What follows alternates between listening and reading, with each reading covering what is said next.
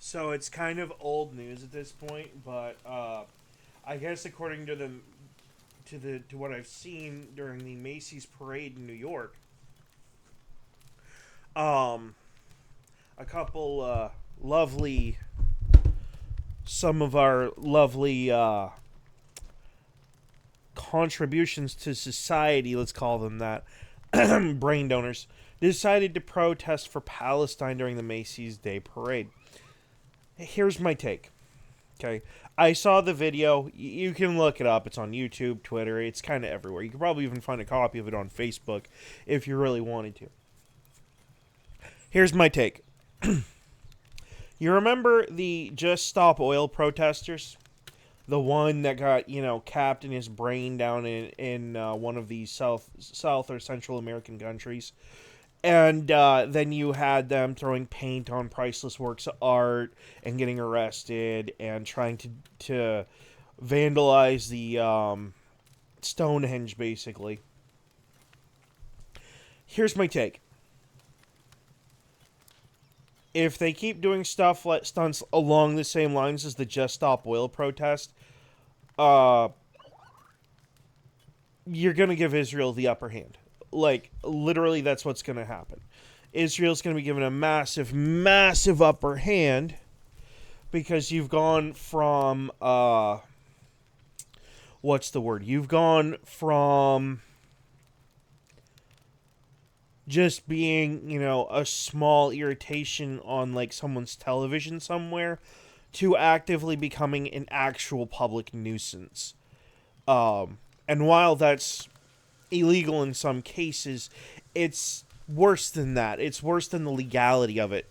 You have a situation where you've just taken your cause and basically thrown it in the garbage for publicity's sake, and it's just not going to end well. People are not going to jive with that. It's kind of like you remember. I don't know if any of the people here watch anime, but One Punch Man, there's an episode or two involving a bald guy, in a mech suit that makes him super powerful. Now, instead of him just running his mouth and, doing what he should be doing of trying to make his point heard, in some other way, he decides he's going to start, going after people with him, his posse, and their suits that they stole. So they've effectively committed crimes, albeit some people would say, pretty bad crimes, and other crimes maybe not as bad. But he's gone from being a protester to a public nuisance, is effectively what happened. And then he runs across the real threats, the real problems. He goes from having this anti-work protest, the mentality that people should be doing stuff for him, basically, and that everything should be given to him for free. And he effectively, ends up meeting the real threat, and then all of a sudden his little BS ideology, isn't there anymore. Well, conversely, there's another part of that too. The reason that the real threat showed up was because he went to protest somewhere, or went to go commit an act of violence somewhere that he wasn't supposed to be at, and the person he was after wasn't a good person and had worse people after him, and he just kind of got caught up in the middle. He survived effectively by having a thick skull, basically. It's the same principle, but kind of in reverse, okay? So generally speaking, the American people will just kind of keep walking. If you want to protest or do whatever, we'll generally shrug and let you do whatever you want, basically. As long as you're not burning buildings or hurting someone, if you want to waste your time screaming in the streets, that's your problem, right? The problem is that you just interrupted the Macy's parade after Thanksgiving. That's kind of a no-go zone for a lot of NIMBYist liberals and rhinos and Republicans out there, because effectively you've just done the one thing that we all enjoy, basically. you protested at the one thing that we all enjoy. So now you have our attention in a bad way. See, there's this really annoying saying that's like, all publicity is good publicity. Well, buddy, you just found the exception to that rule. Congratulations. You now get to sit there with Just Stop Oil and realize that you just turned the general public against you because, instead of offering an effective form of protest, you done goofed.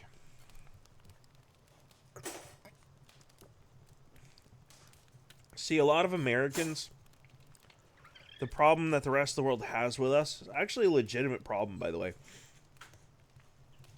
Generally speaking, most Americans, the only reason we went to war in the Middle East was because 9/11 happened.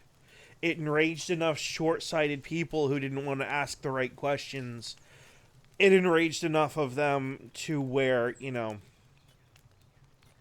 they wanted to jump into it. They didn't want to ask the questions about who was actually involved in setting the whole thing up and if there was any CIA involvement and all this other stuff, which is, by the way, some of this stuff is actually coming to light these days, and it's not generally jiving very well with the big government types.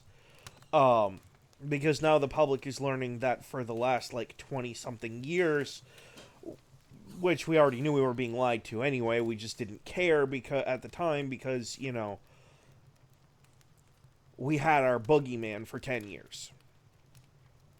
And for a while there, we had two of them. And we were happy to be chasing the boogeyman, because we felt like there was going to be another attack on U.S. soil, courtesy of fucking Bush being a moron. Well, now it comes out that it's a little bit deeper than that now, isn't it? Including his family's involvement with certain said groups of people in prior generations via the CIA.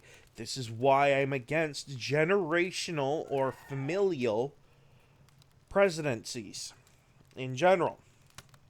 And I will say the same thing about Barron Trump as well. Do I think it'd be funny to see Donald Trump's son run for president? Sure. Do I want to see it? No. And I will tell you why. It is a continuation of family policy at that point. And while I like Trump's policies, I want him to get this stuff done now, not have to wait another, 8 to 12 years for it to happen. I think it'd probably be 12 years for it to happen, because we would have to wait for Barron Trump to become of age to run for president, which I believe is 35. Don't quote me on that. So yeah, I generally, and yes, I know, I'm drinking Mountain Dew. It's fine. It's Black Friday weekend. As soon as this is over, it's back to the treadmill and all the health food. Which I'd like to find a healthy substitute for this that doesn't cost me an arm and a leg. Anyway, I would love to see Donald Trump's policies continue. We need to have border security. We need to have balanced budgets and an effective government that's not wasting our money on trying to find out what the gender of the 50th duck born in the year is. Or the promiscuousness of a Chinese dove or whatever it was while they're on cocaine. These are not things that are important in the least. And yet you're blowing hundreds of thousands to, in some cases, millions of dollars on stuff that's like, why are my taxpayer dollars going for this? And you know what? People don't like me for saying this, but the war in Ukraine falls in that bag. It's an effed up war and an effed up situation that doesn't need to happen. And it's made the government kind of fall its way into the same... Congratulations, you've gotten the bad kind of publicity with the American public as Just Stop Oil, and now these Palestinian protesters. So, I mean, really, it's just more a matter of, can they pull it out of the ditch? The Palestinian protesters, probably not. Let's be honest for a minute. Most Americans, generally speaking, don't want anything to do with the Israel-Palestine conflict. Just being honest. Like, It's one thing to send bricks and baby bottles. It's another thing to send warheads. It's a completely different situation to put boots on the ground, right? Like, that right there is an extreme that most Americans are kind of no go on in either way, either defending someone against Israel or defending Israel against someone else. Most American people hear the word boots on the ground, and it's like, it better be a damn good reason, because if it's not, you're probably gonna be replaced. Whoever made that decision, and it may happen quicker than usual. Put it that way. We are not prone to want war as a civilian populace, and that is true. There is a very small minority of us out there who would say, "Yeah, sure, just wipe them all off the map." That's what we'd call nihilistic genocidalists.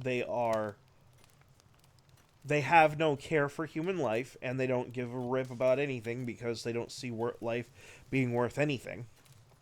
And at this point, effectively, everything that's come out of the Middle East to them has been nothing but a headache, and they just want the headache gone. They're not exactly good people, but they're a very fringe minority. There's like 1% of people think that way. 1%. A majority of us generally don't care, just want to be left alone. We want to have our Thanksgiving turkey and our Christmas ham and our Easter egg hunts and our Halloween candies and our video games and our hunting and fishing and camping. I'm not really big into trapping, but some people are. We just want to be able to do our thing and be left the heck alone. You know, I want to go out in the woods with a GoPro and not have to worry about being invaded by a foreign enemy or, a nuclear apocalypse right around the corner. To be honest, I want to go out and do videos where I'm just, I want to record videos where I'm out there having fun with my fiance and our dog out in the woods. Not this time of year. We actually have snow on the ground, and we don't have the gear or the skills associated with that. I mean, I do, but she doesn't. I lived in Alaska for a lot of my childhood, so it's just kind of a thing for me. But, like, someone who's from a southern state, I'm not going to take out into a northern winter and expect her to have a good time. It's more a matter of respect for my partner. I'm not going to do that.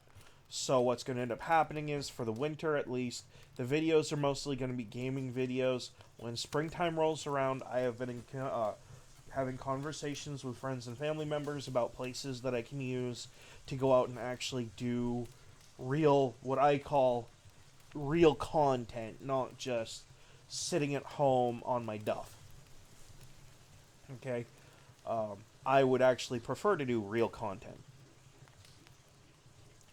I have a line on a wearable, shirt mic, or one that I can clip on my hat or a headband or something.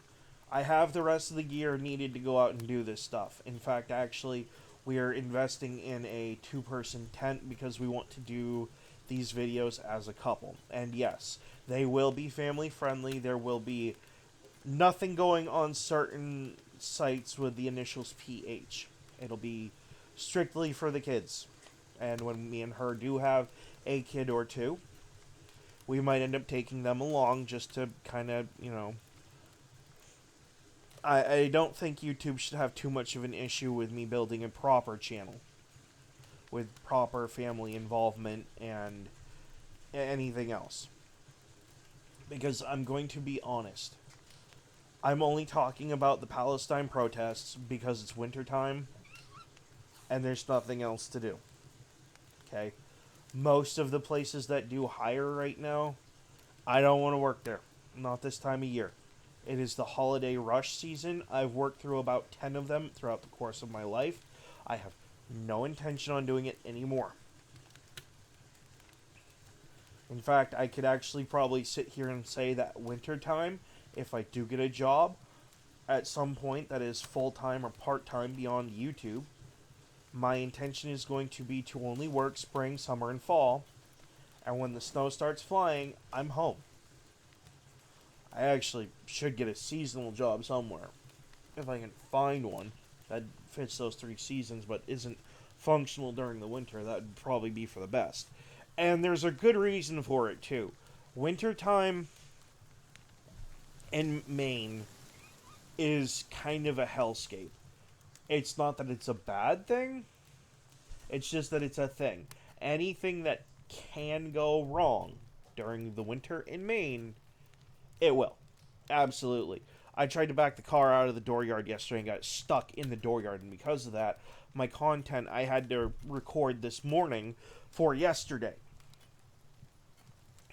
and today. So it was not really. It was kind of making up for lost time thing, and it just wasn't pleasant. Anyway, this video's been going on for 15 minutes. I'm not going to ramble past that point. If y'all like the content, hit the like and subscribe button, and feel free to come back and check out my other content. I'm going to be organizing it into very neat playlists, or finishing the organizational process, so that way everyone knows where to find this stuff and where it's located. I hope y'all have a lovely Saturday, and I will see you on the next one.